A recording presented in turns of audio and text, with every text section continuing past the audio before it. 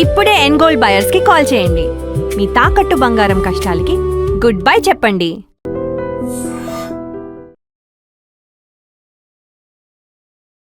నమస్కారం, welcome to I dream. ధర్మ మార్గం విత్ విజిత కార్యక్రమానికి స్వాగతం.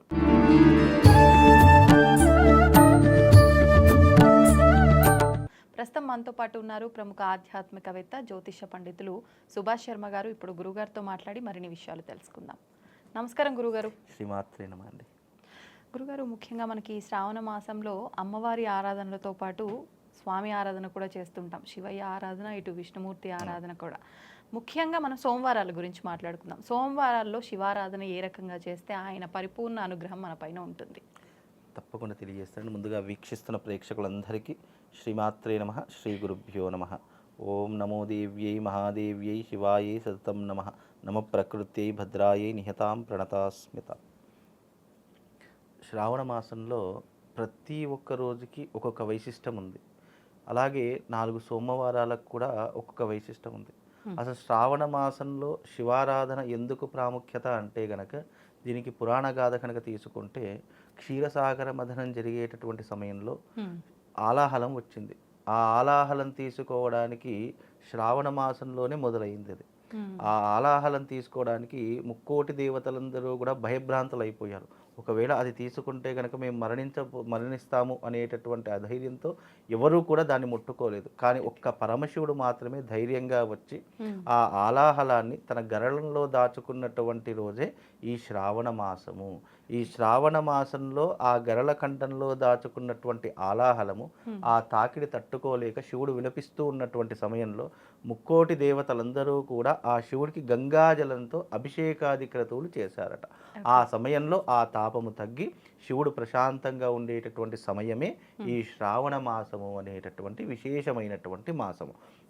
అందులోనూ ఎవరైతే ఈ శ్రావణ మాసంలో స్వామివారికి నువ్వు అనేక రకాలైనటువంటి ద్రవ్యాలతో అభిషేకం చేయకపోయినా, కనీసం గంగ నీళ్లతో అభిషేకం చేసి, అంటే నీటితో అభిషేకం చేసినా కూడా శివుడు పరమానంద ఫలితుడైపోతాడట. ఎందుకంటే తన తాపాన్ని తగ్గించినటువంటి మాసముగాను, అందులోనూ శివారాధనకు శ్రావణ మాసం పెట్టినటువంటి మాసంగాను, ఈ మాసంలో ప్రతి సోమవారము శివుడికి అర్పితం చేయబడినటువంటి మాసం కాబట్టి మనిషి పుణ్యం సంపాదించుకోవడానికి అనేక రకాలైనటువంటి మార్గాలు భగవంతుడు మనకి ఇచ్చాడు.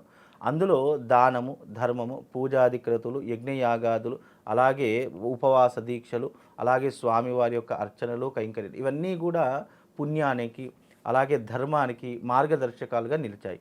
అందులో ఈ శ్రావణ మాసం ఎవరైతే శివుణ్ణి ఆరాధన చేస్తారో, ఆ శివుణ్ణి ఎవరైతే అభిషేకిస్తారో, అనుకున్నటువంటి కోరికలు నెరవేరడానికి, సులువుగా మనం అనుకున్నట్టు ఏదైనా భగవంతుణ్ణి మనం ప్రసన్నం చేసుకోవడానికి, ఆయన చల్లని చూపు మన మీద తిరిగి చూడడానికి ఇది చాలా అనువైనటువంటి మాసంగా చెప్పడం జరిగింది.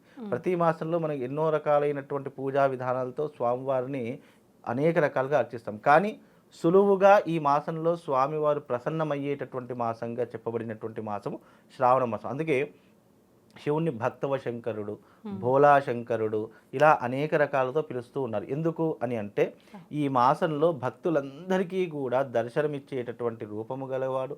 అలాగే ఆయన ప్రత్యక్షంగా కాకపోయినా పరోక్షంగానైనా ఎవరైతే ఆయన సాన్నిధ్యంలో ఉండి ఆయన యొక్క సేవ చేసుకుంటారో నిజంగా వాళ్ళ యొక్క జన్మ చరితార్థమవుతుంది. అనుకున్నటువంటి కోరికలు అంటే మానవుని యొక్క జీవితంలో కోరికలు లేనటువంటి వ్యక్తి ఎవరూ కూడా ఉండరు నాకు తెలిసి. ఏదో ఒక కోరిక తన స్తోమతకు తగినటువంటి విధంగా కావచ్చు, స్తోమతకు మించినటువంటి కోరికలు కావచ్చు, లేదా అనేక రకములైనటువంటి మనిషి యొక్క ఇహపర సుఖముల గురించి కావచ్చు. అలాంటి కోరికలు మనము అర్చించడానికి, అంటే భగవంతుని దగ్గర అడగడానికి ఇది చాలా అనువైనటువంటి మాసం. రెండవది, ఆ కోరికలు కూడా భగవంతుడు విని తొందరగా తీర్చేటటువంటి మాసం శ్రావణ మాసం. స్తోమతకు మించి మనం అడిగినప్పటికీ నెరవేరుతాయి అంటారండి? తప్పకుండా అండి. ఇప్పుడు ఎగ్జాంపుల్ నాకు ఈ రోజున ఒక అద్భుతమైనటువంటి లైఫ్ కావాలి, నాకు అద్భుతమైనటువంటి రోజులు గడవాలి, నా జీవితం చాలా అందంగా ఉండాలి, లేదా నాకు ఆరోగ్యం బాగుండాలి, లేదు నాకు మంచి భర్త రావాలి, లేదా మంచి భార్య రావాలి, లేదా నేను ఒక ఇల్లు కట్టుకోవాలి, లేదా నేను స్థిరపడాలి, ఇలా అనేక రకాల కోరికలు ఉంటాయి. అంటే మన సంపాదన 1000 రూపాయలు అయినప్పటికీ కూడా నాకు ఈ రోజున 10,000 ఎలాగైనా రావాలి అనుకున్న కోరిక ఏదైతే ఉంటుందో అది చివరకు మనకు స్థాహతకు మించినటువంటి కోరికైనా సరే, అంటే భగవంతుడు తలుచుకుంటే కటిక పేదవాడైనా సరే ఒక్క చిటికెలో కుబేరుడు అవుతాడు అని అంటారు. అలా మనిషి తన యొక్క లక్ష్యాన్ని సాధించుకోవడానికి మానవ ప్రయత్నంతో పాటు దైవికపరమైనటువంటి సహకారం కావాలి అంటారు కదా, అది ఆ దైవిక సహకారాన్ని పొందేటటువంటి మాసంగా ఈ సోమవారాలన్నీ కూడా చెప్పడం జరిగింది. కాబట్టి శివుణ్ణి ఎవరైతే అర్చించి పూజించి అభిషేకాది క్రతువులు ఈ సోమవారాలు చేస్తారో వాళ్లకు తప్పకుండా ఆ భగవంతుని యొక్క కృప దొరుకుతుంది. అది ఎవరు చెప్పారు? మనం ఏదో మాటల గురించి చెప్పుకోవడం కాదు. సాక్షాత్తు పరమశివుడే ముక్కోటి దేవతలకు వరం ఇచ్చారట. ఎందుకు? మీరు నేను గరళ కంఠంలో విషాన్ని దాచినప్పుడు మీరు చేసినటువంటి అభిషేకము నా మనస్సుకి ప్రశాంతతను కలిగించింది, నా యొక్క తాపాన్ని తగ్గించింది. కాబట్టి ఈ శ్రావణ మాసంలో ఎవరైతే నీటితో నన్ను అభిషేకిస్తారో అలా వాళ్ళు ఏ ద్రవ్యంతో అభిషేకం చేసినా వాళ్ళ కోరికలు నేను తొందరగా నెరవేరుస్తాను, వాళ్ళ పాపకర్మలను తొందరగా తగ్గిస్తాను, అలాగే నా యొక్క సాన్నిధ్యంలో వాళ్ళకంటూ ఒక చోటిస్తాను అని సాక్షాత్తు పరమశివుడే వరం ఇచ్చినటువంటి గొప్పనైనటువంటి మాసము ఈ శ్రావణ మాసం. అందుకే ఈ శ్రావణ మాసంలో శివుడికి చాలా ప్రత్యేకంగా పూజలు జరుగుతాయి. అనేక మంది అనేక రకాలైన ద్రవ్యాలతో అభిషేకం చేస్తారు కాబట్టి వాళ్ళ జన్మ చరితార్థమవుతుంది.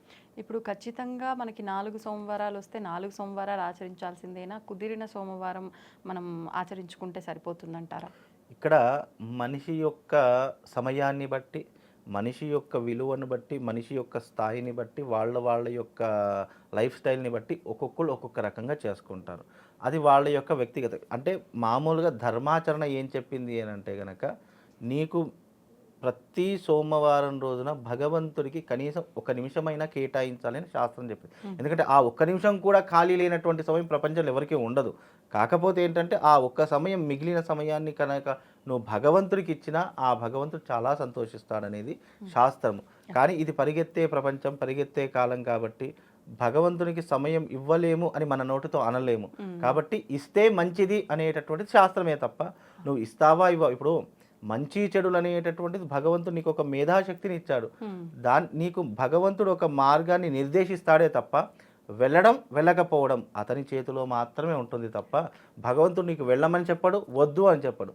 వెళితే నీకు ఒక అదృష్టమైనటువంటి మార్గం దొరుకుతుంది, వెళ్ళకపోతే నీ గమ్యం అక్కడే ఆగిపోతుంది అనేది అర్థం చేసుకో. అలాగే శివుడికి 4 సోమవారాలు చేస్తారా, 1 సోమవారం చేస్తారా, ఆ వ్యక్తి యొక్క నమ్మకాన్ని బట్టి, అవతలి వ్యక్తి యొక్క ఆ భగవంతుని మీద ఉన్నటువంటి భక్తిని బట్టి అది నిరూపితం అవుతుందే తప్ప నువ్వు 1 వారం వెళ్ళినా భగవంతుడు అదే రకంగా చూస్తాడు, 4 వారాలు వెళ్ళినా అదే రకంగా చూస్తాడు. కాబట్టి నువ్వు వెళ్ళేటటువంటి విధానాన్ని బట్టి, నువ్వు నమ్మకాన్ని బట్టి ఆ భగవంతుడు నీ వెంట ఉండి ఎప్పుడూ కూడా నేను రక్షిస్తాడు. దానికి ఎగ్జాంపుల్ ఏంటి అని అంటే కనుక, భగవంతుడు అన్ని సమయాల్లో మన వెంట ఉండడు.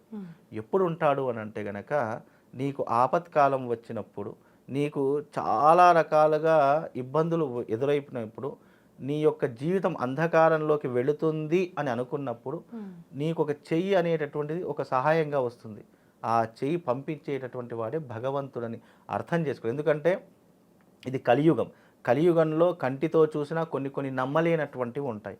కాబట్టి ఈ శ్రావణ మాసంలో భగవంతుడు అనేటటువంటి దానికి ఒక నమ్మకం, దానికి సైంటిఫిక్ రీజన్స్ లేదా ఎందుకు నమ్మాలి, ఇవన్నీ ఎందుకులే, వాళ్ళు ఏదో చేశారు, వాళ్ళు ఏదో రాశారు అని అంటే, వాళ్ళు ఆచరించి వాళ్ళు అనుభవించి మనకు అందించినటువంటి శాస్త్రాలలో నిగూఢమైనటువంటి ఈ నమ్మకము. అంటే హిందుత్వం అంటేనే, హిందూ ధర్మం అంటేనే, వేదములు శాస్త్రములు అంటే నమ్మకముతో కూడుకున్నవి తప్ప దానికి ఎందుకు ఏమిటి అని క్వశ్చన్ చేసేటటువంటి రైట్స్ కానీ, క్వశ్చన్ చేసేటటువంటి అర్హత కానీ లేవు మనకు. కాబట్టి నమ్మితే నీకు ఒక భగవంతుడు ఒక మార్గాన్ని ఇచ్చాడు సరే, ఆ మార్గం సునాయాసంగా వెళ్తావు. నమ్మకపోతే నీకు నష్టం కాదు, నువ్వు ఉన్న చోటే ఆగిపోతావు. ఈ రెండూ తెలుసుకుంటే భగవంతుడి యొక్క ఆంతర్యం అర్థమై నువ్వు 1 సోమవారం కాదు, నీ జీవితాంతం శివారాధన, శివుడి యొక్క పూజ నువ్వు మానకుండా ఉంటావు. ఎవరైతే శివారాధన చేస్తారో, ఎవరైతే శివుణ్ణి భక్తితో కొలుస్తారో వాళ్ళకు జీవితంలో కష్టాలు రావు. ఒకవేళ వచ్చినా దాని నుంచి బయటకు పడేసేటటువంటి చెయ్యే ఆ భగవంతుడి యొక్క చెయ్యి, ఆ శివయ్య చెయ్యండి. సంతోషం గురుగారు, ధన్యవాదాలు. And for more videos, Please subscribe to iDream. Please subscribe to iDream. Please subscribe iDream. And please subscribe to iDream. For more videos, subscribe to iDream. please like, share and subscribe to the channel. Congratulations, iDream. subscribe to iDream. Subscribe to iDream. So subscribe to iDream Media. ఐ డ్రీమ్కి iDream team అందరికీ huge congratulations. Please subscribe iDream Media. Please subscribe to iDream. Subscribe iDream. Please subscribe to iDream. iDream అంటే నా కళల ఛానల్ను subscribe చేసుకున్న నోరు తిరుగుతలేదు, మీరైతే గంట గుర్తు కొట్టండి. For more such videos, please subscribe to iDream. Subscribe to iDream. Please subscribe to iDream. Please subscribe iDream Media. Please do subscribe to iDream. Please subscribe to iDream Media. For best entertainment and information, please subscribe iDream. And don't forget to subscribe to iDream.